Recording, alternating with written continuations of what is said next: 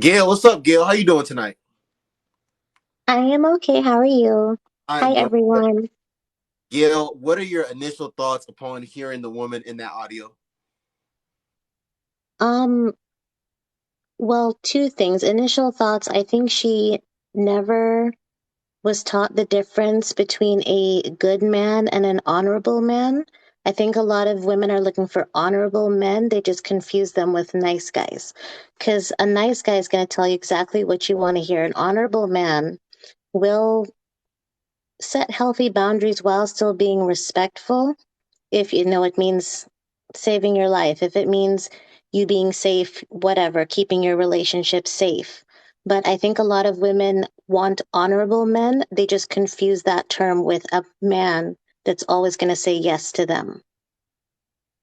And secondly, from what you told me with her background, it sounds like she's just back in the same exact situation that she was in before. So, if anything, she hasn't learned. So she's probably going to make another audio when this relationship fails as well. But it seems like she hasn't learned at all. So, Gail, as a woman, do you want to be led by a man, whatever that means to you? And if so, how do you want a man to lead you? And I've been asking all the women that question because in 2022, and listen, I know all of us are young on here, but there are women that say that, they don't believe in being led. They don't believe in like a man leading them in a relationship. They say that, there's no such thing. Like when a man and a woman are in a relationship, it's a partnership. And if anyone's leading, both of us are leading the relationship together. So what are your thoughts on the whole leading in letting a man lead you, Gail? I think when you're with a man you respect and love and adore, it comes naturally. And I think the issue is a lot of women when they hear, the sentence of letting a man lead you or submitting to a man, they think of the worst possible type of man, which is usually their exes, the men they have dealt with. So Yeah. unless you ran into an actually truly masculine man that you adore, that you love, that you can't get enough of, you can't keep your hands off of him, it will be second nature. You won't have to think about it. I think they just have in their heads of the only men they have ever dealt with. So automatically, when you say submit or let a man lead, they're like, well, this man did me wrong in, eighth grade. So hell no. And let me ask you this, Gail. Um, Hmm. so before you were with your husband, Mhm. and not even just married to him, before you like even knew he existed, before you knew who he was, when you were in college, when you were the, Division 1 track runner or whatever, um, were you interested in this, quote unquote, good guy, or were you more so like, I'm a track runner. I'm more so fitted for someone that's on the basketball team, the football team. Like I'm not really interested in just the average guy. So like what type of man? What type of man have you ever been interested in this quote unquote good guy? Like even like basically what I'm trying to ask is, was there ever a point in time in life where you looked at certain type of men as squares, and being that you looked at them as squares, you kind of associated them with being lame, and you just kind of like ignored those guys?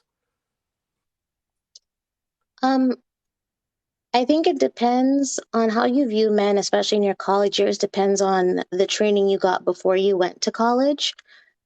So back home in Guyana, all the I guess you call it training, but learning to be a wife, all the things that the women do down there, it's for the men in the community.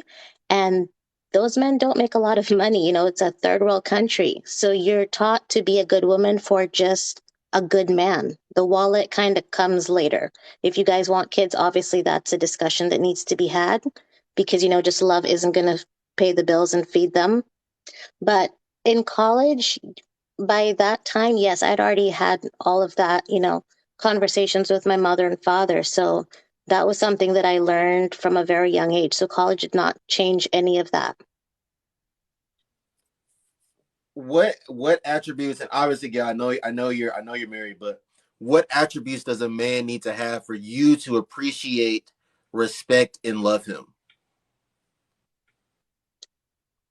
Um, as far as attributes, I would say uh healthy masculinity, respecting me as well, logical, a good leader. And I mean, I was lucky enough to find that with my husband. So, like I said before, the respect comes naturally, comes naturally. So I don't really think about it, if that makes sense. Yeah, I understand what you're saying. So there's all these women, on TikTok, just all over the place, just bringing awareness to toxic masculinity, bringing awareness to misogyny.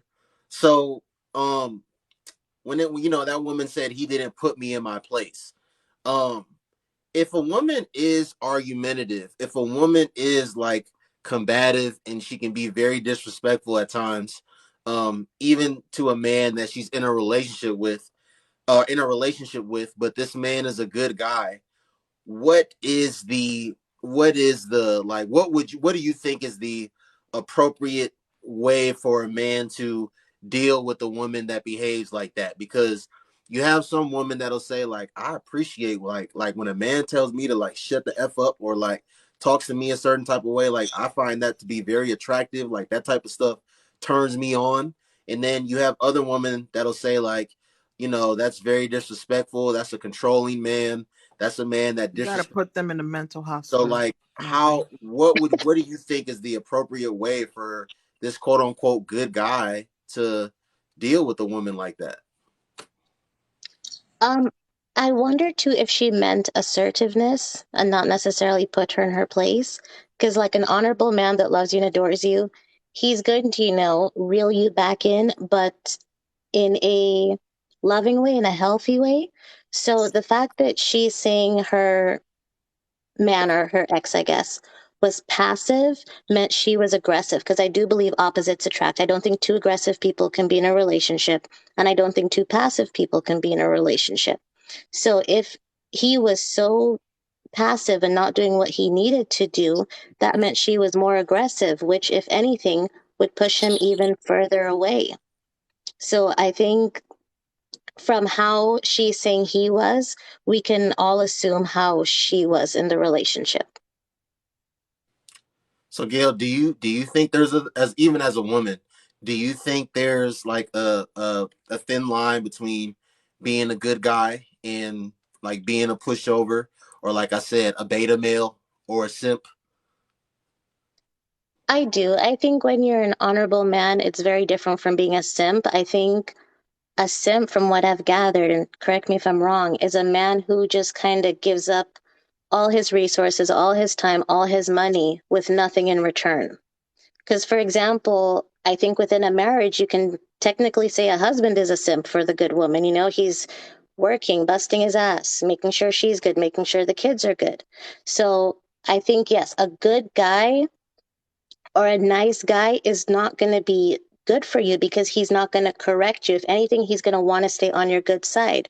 Whereas an honorable man will do what it takes in a healthy and respectful way to keep both of you guys good. Okay. Gail, if you can stick around, I want to. Oh, I'm okay. going to play a different audio, and I want to hear your opinion on it. But thank you, Gail. I Okay. appreciate you. Yeah.